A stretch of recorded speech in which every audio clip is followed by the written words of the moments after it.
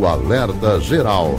Bate-papo político com os jornalistas Luzenor de Oliveira e Beto Almeida. Assuntos da área da Previdência Social que interessam a você. A fila do INSS é cada vez maior, mas o ministro da Previdência Social, Carlos Lupe, antecipa outra pauta com possíveis mudanças nas regras atuais para concessão de pensões por morte e também aposentadoria por invalidez. As informações chegam agora com o repórter Sátiro Salles. Longe de uma solução para diminuir o sofrimento de milhões de pessoas que esperam a resposta a pedidos de benefícios e realização de perícia médica, o ministro da Previdência Social, Carlos Lupe, antecipou nesta segunda-feira a realização de uma possível nova reforma previdenciária, ao anunciar que pretende rever mudanças nas regras de pensão por morte e aposentadoria por invalidez. Os dois benefícios deixaram de ter o valor integral com a reforma da Previdência de 2019. Segundo Lupe, as mudanças nas atuais regras para a concessão de pensão por morte e da aposentadoria por invalidez faz parte da promessa de campanha do então candidato presidente Luiz Inácio Lula da Silva, que citou a pensão no último debate presidencial. Lupe citou, por exemplo, que quando a pessoa perde o companheiro, os custos não diminuem, aumentam em até 30%, enquanto a pensão correspondente a 60% do que recebia o marido, ou seja, segundo ele, uma queda flagrante no poder aquisitivo da família. E sobre a longa fila, o ministro foi lacônico. Nunca vai acabar, mas garantiu que, até o final do ano, pretende chegar ao que considera a aceitabilidade, com 45 dias para respostas aos beneficiários. Serão realizados ainda multirões e pagamento de bônus para redução do número de pessoas nas filas do INSS. Com redação do Ceará Agora e com informações sobre a Previdência, Sátiro Salles. Jornalista Beto Almeida, o ministro da Previdência Social fala de um assunto que interessa a milhares de brasileiros ou a milhões de pessoas, gente principalmente cônjuges que perderam o companheiro, a companheira e acabaram tendo a pensão após a reforma previdenciária reduzida, como também as mudanças na Constituição Federal limitaram os valores da aposentadoria por invalidez. Assuntos que a gente fala no dia a dia aqui. Agora, nessa pauta puxada pelo ministro da Previdência Social, esse debate que surpreendeu até mesmo membros do governo federal, gera uma expectativa, esse debate gera expectativa entre beneficiários da Previdência Social. Mas parece-me, Beto Almeida, que a maior preocupação neste momento seja outra, ou seja, dar resposta, o governo federal precisa dar resposta aos 2 milhões de brasileiros que estão nas filas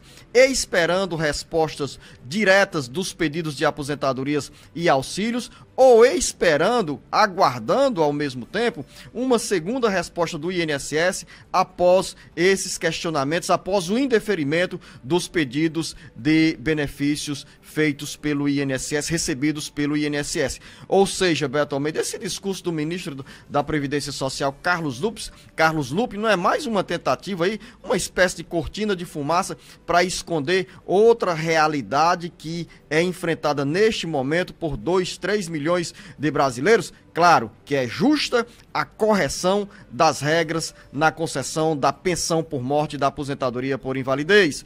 Jornalista Beto Almeida, bom dia. Beto Almeida, a análise política com credibilidade e isenção. Bom dia, Luzenor, bom dia aos nossos ouvintes. Eu considero, Luzenor, que sim, é na realidade um docinho que o ministro da Previdência, Carlos Lupe, tenta colocar na boca dos aposentados e pensionistas que hoje recebem valores abaixo, na realidade, do valor integral que deveria ser pago às suas pensões, porque isso foi aprovado realmente na reforma da Previdência. Então, quem recebe pensão hoje, a partir da reforma da Previdência, sabe que não tem mais direito ao valor integral dessa aposentadoria, dessa pensão, que ela foi cortada, recebe apenas 60%. E aí, meu amigo, também em relação aos deficientes, os aposentados com deficiência, do mesmo jeito. E Lupe vem com essas duas propostas e mais uma outra, que é aquela que é o sonho de todo beneficiário do BPC, que é o benefício de prestação continuada. Esse povo, essa população, ela não recebe, não tem direito a 13º salário. E ele está propondo exatamente isso, trabalhar pelo 13º salário. Mas aí você usou um termo que eu concordo plenamente.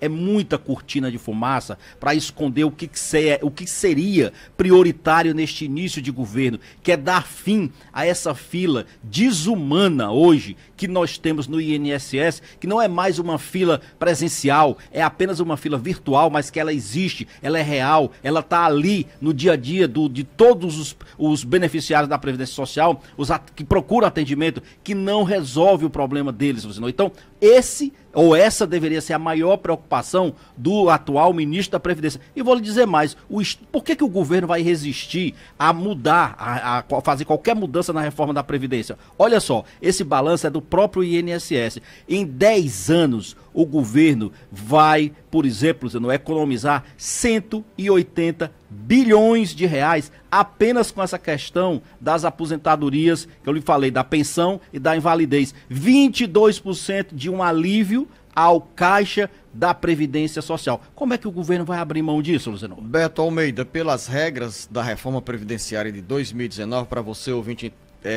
internauta, entender melhor, a regra geral para o cálculo da pensão será a seguinte, ou está sendo a seguinte após a reforma da Previdência Social. 50% do valor do benefício que o segurado recebia, parcela fixa no caso, né? Mais 10% por dependente, cota individual para o cônjuge ou um filho não emancipado menor de 21 anos de idade, até atingir 100%. Ou seja, para viúvos, né? A pensão por morte corresponde a 60% sem filhos, quando tem um filho 70% e quando tem 2 filhos 80%. Ou seja, é uma regra injusta que nesse aspecto o ministro da Previdência Social tem toda razão. Você tem, se você perde o provedor da casa, né, no caso o homem que trabalha, o marido que trabalha, se é a viúva, a mulher fica viúva, vai receber esses valores menores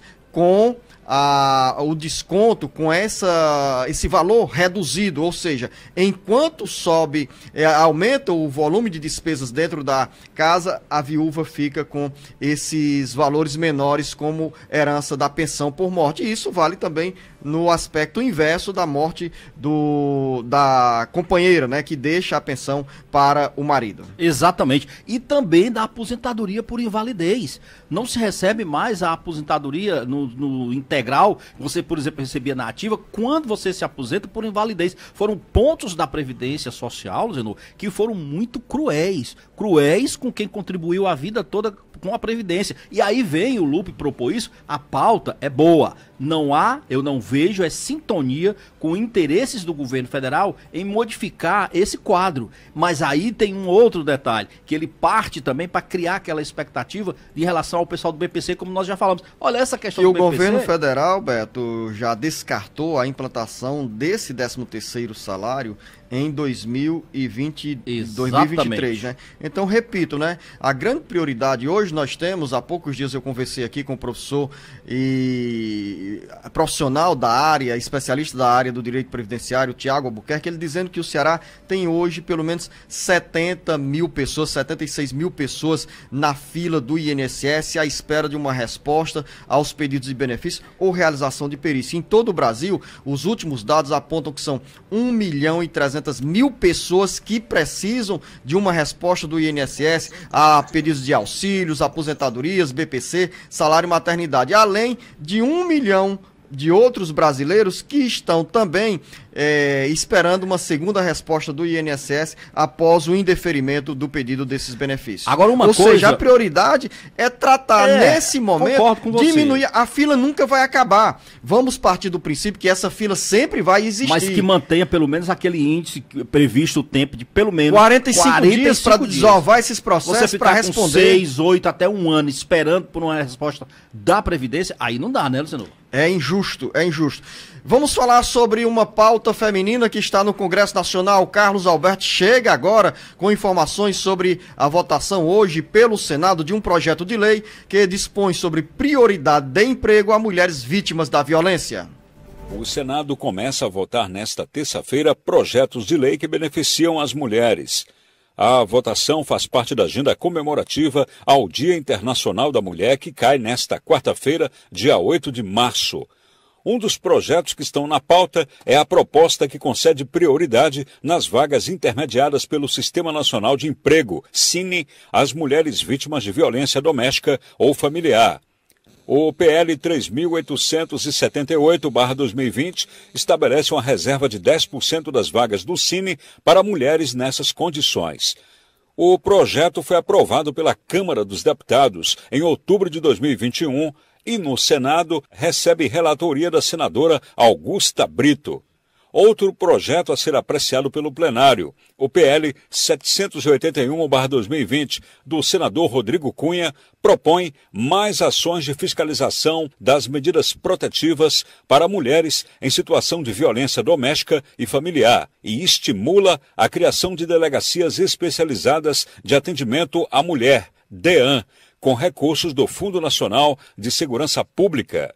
Com informações dos bastidores políticos, Carlos Alberto. Pauta feminina com projetos e muitos projetos hoje e amanhã voltados na Câmara Federal e no Senado para o público feminino, para as mulheres. Luzianos, essas pautas elas são mais do que justas, mas especificamente essa, que concede prioridade nessas vagas que são ofertadas, por exemplo, pelo SINE, que é aquele Sistema Nacional de Emprego que tem presente aqui no Ceará, em vários municípios, por exemplo, para as mulheres vítimas de violência doméstica ou familiar, é tão necessária porque como é que a mulher consegue, Luziano, às vezes vítima de violência do seu companheiro, por dependência inclusive econômica, como é que essa mulher consegue então voltar ao mercado de trabalho? Então, para estimular o retorno dessas mulheres ao mercado de trabalho, para fazer com que elas tenham autonomia financeira, aí sim, priorizar, fazer uma reserva de vagas de 10% daquelas que estão sendo ofertadas pelo SINE, para que essas mulheres consigam ter a sua autonomia financeira. Somente com a autonomia financeira.